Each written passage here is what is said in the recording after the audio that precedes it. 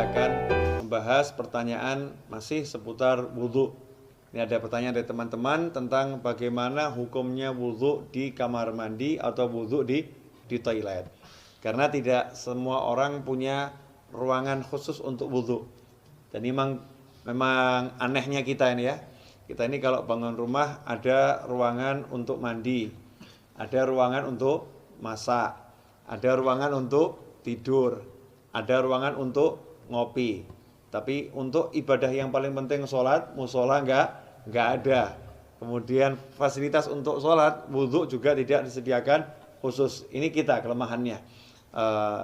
Menyikapi hal itu, maka timbul pertanyaan, kalau wudhunya tidak di ruangan khusus, ya tidak di ruangan khusus untuk wudhu atau enggak punya padasan. Kalau orang Jawa dulu punya padasan ya, gentong yang ada lubangnya di bawah, taruh di halaman untuk minum atau untuk wudhu. Kalau nggak punya seperti itu, adanya kamar mandi, adanya toilet, atau ketika di mall atau di pasar, wudhunya tidak di tempat khusus wudhu, tidak di luar ruangan, tapi di dalam toilet, di dalam kamar mandi, atau di dalam WC, kalau bahasa umumnya ya.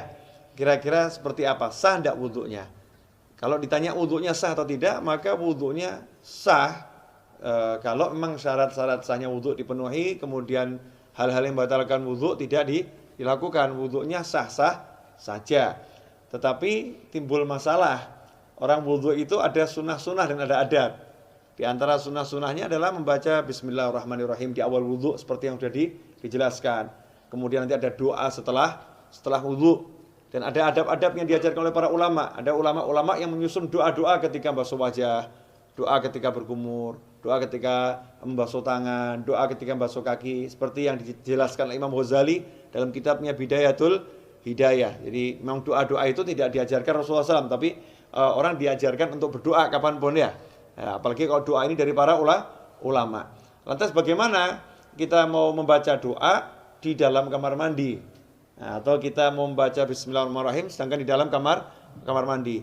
Sementara kita ketahui Nabi kita Muhammad SAW mengajarkan agar kita tidak membaca lafzul jalalah, asma Allah, atau ayat-ayat Al-Quran, atau doa-doa di dalam toilet, di dalam kamar mandi. Emang apakah ada sumber hadisnya? Ada. Kita semua tahu baginda Muhammad SAW itu punya cincin. Ya, punya cincin. Khatiman min fiddah, dari perak. Ya, Rasulullah punya cincin dari perak, yang cincin itu fungsinya sekaligus sebagai stempel. Ya, fungsinya sebagai stempel. Dulu Rasulullah SAW tidak punya cincin, tidak punya stempel. Tapi ketika sahabat mengatakan, nih raja-raja yang pembesar-besar non-muslim itu kalau dapat surat, tidak ada stempelnya tidak mau terima. Ya, mereka tidak akan menerima surat kalau nggak ada stempelnya. Rasul pun mengikuti, kalau begitu buatkan saya stempel.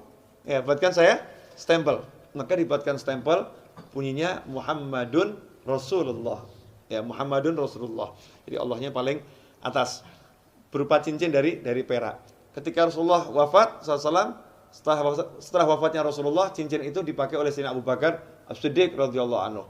Setelah wafatnya Sayyidina Abu Bakar dipakai oleh Sayyidina Umar ibn Khattab. Kemudian dipakai oleh Sayyidina Utsman bin Affan radhiyallahu anhu. Nah, ketika dipakai Sayyidina Utsman, cincin itu jatuh ke Bir Aris, ya, sumur Aris. Ya, kemudian tidak ditemukan lagi. Nah, apa dasarnya? Ketika Rasulullah masuk ke khala, ke tempat buang hajat, Rasulullah selalu melepas cincinnya. Jadi ketika masuk ke tempat buang hajat, Rasulullah SAW selalu melepas cincinnya. Karena di cincinnya itu ada tulisan Muhammadun Rasulullah. Kalau membawa tulisan aja tidak dianjurkan, apalagi mengucapkannya. Ya, membawanya aja tidak dianjurkan, apalagi mengucapkannya. Berdasarkan hadis tersebut, yang diriwayatkan oleh Imam Al-Hakim, ya, dalam kitabnya Al-Mustadrak Al-Sahihain.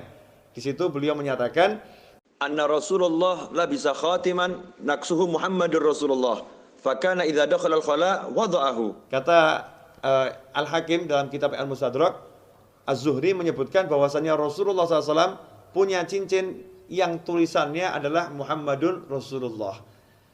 Idza dakhala al-khala wada'ahu. Kalau masuk ke khala, ke toilet, Rasulullah SAW selalu melepaskan cincinnya tersebut.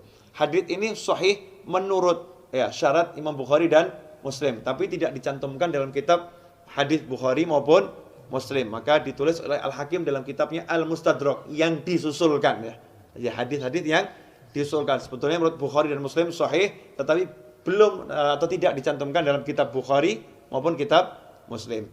Nah, hadis ini menunjukkan memang kalau masuk kamar mandi jangan bawa tulisan yang mengandung nama Allah atau nama Rasulullah Shallallahu Alaihi Wasallam. Dari sini ulama kemudian mengambil kesimpulan kalau membawa tulisan nggak boleh, apalagi membacanya. Bukan haram ya, tidak boleh dalam arti tidak beradab atau kurang sopan. Karena itu seyukyanya jangan berwudu di toilet, seyukyanya. Cari tempat wudu yang memang betul-betul untuk wudu. Kalau tidak adanya toilet, barulah silahkan wudu di toilet atau di kamar mandi atau di WC. Tapi kalau wudu di kamar mandi, toilet atau WC, jaga adabnya. Apa adabnya itu? Ya satu, jangan membaca asma Allah. Cukup dibaca di dalam hati. Lantas bagaimana dengan doa setelah wudu? Ya doanya dibaca di luar kamar mandi. Jadi selesai wudu langsung keluar baca doa setelah wudu. Atau bismillahnya dibaca di luar dulu. Bismillahirrahmanirrahim, masuk langsung wudu juga. Nah, dengan begitu maka sunnahnya tidak hilang. Tetap bisa melaksanakan sunnah-sunnah yang dianjarkan oleh Nabi Muhammad SAW. InsyaAllah sedikit ini barokah. Dan jangan kemudian jadi jalan justru. Oh berarti wudhu di toilet gak apa-apa. Oke deh, kita wudhunya di toilet aja ya. Jangan seperti itu.